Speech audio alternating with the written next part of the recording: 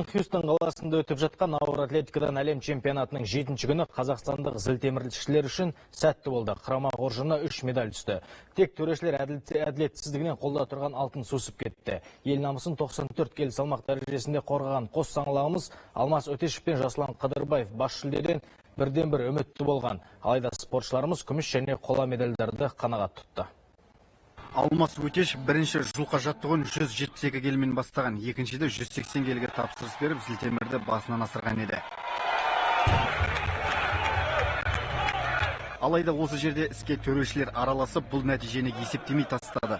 Ал үшінші мүмкіндігінде психологиялық тұрғыдан өзіне өзі келе алмағандықтан, Алмас сол 180 келіні бағындыра алмады.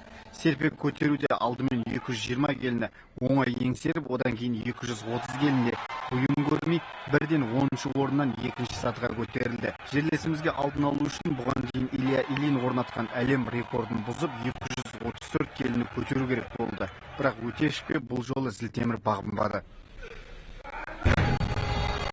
Осылайша қос сайыстың нәтижесі бойынша 402 келіні еңсерген Алмас екінші мәрте әлем чемпионатының күміс жүлдесін иеленді. Ұлттық құраманың бапкері Елжас Болтаевтың айтуынша, осы бәсекеде қазақстандық спортшыларға қазылар тарапынан кәдімгідей қысым болды, әділдік жетіспеді.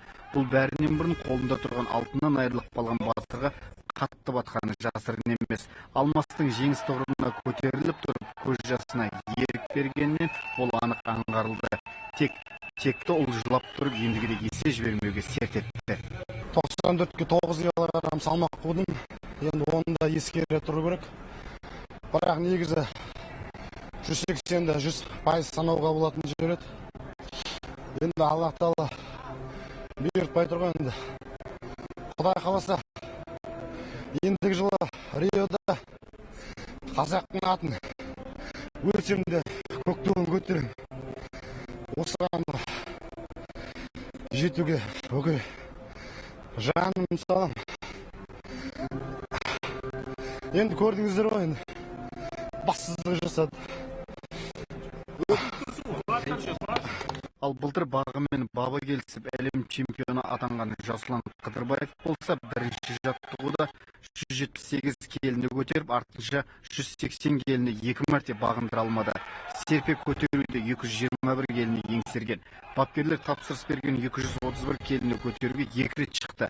Алмасқа жасалған қиянат жанына батты ма, кім білсін, екеуінде де бағындыра алмады. Қоланы қанағат тұтты. Ешқандай өкініш жоқ. Барша қазақ еліне алғысымды білдіремін. Өте керемет жарыс болды. Әлі жаспын. Жас болғаннан кейін алда әлі қанша әлем чемпионаттары бар, олимпиада ойындары бар. Соқта бағындырып отырсамыз. Ал қыздар арасында 69 келіде Майя Манеза құрамаға ұпай әкелу үшін ғана, бақ сынаса Жазира Жапарқұл жүлде үшін таласты.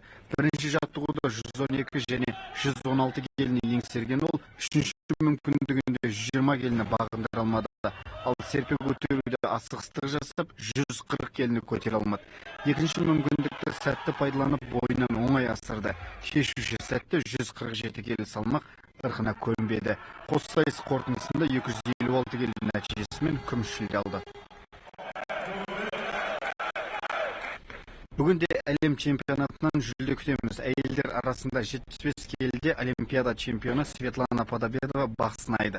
105 келіде Александр Зайчиков өнер көрсетеді. Ғабит Ұзақбай, Рустам Байдәулет, Телжан Күдеров, Қазақстан ұлттық телеарнасы.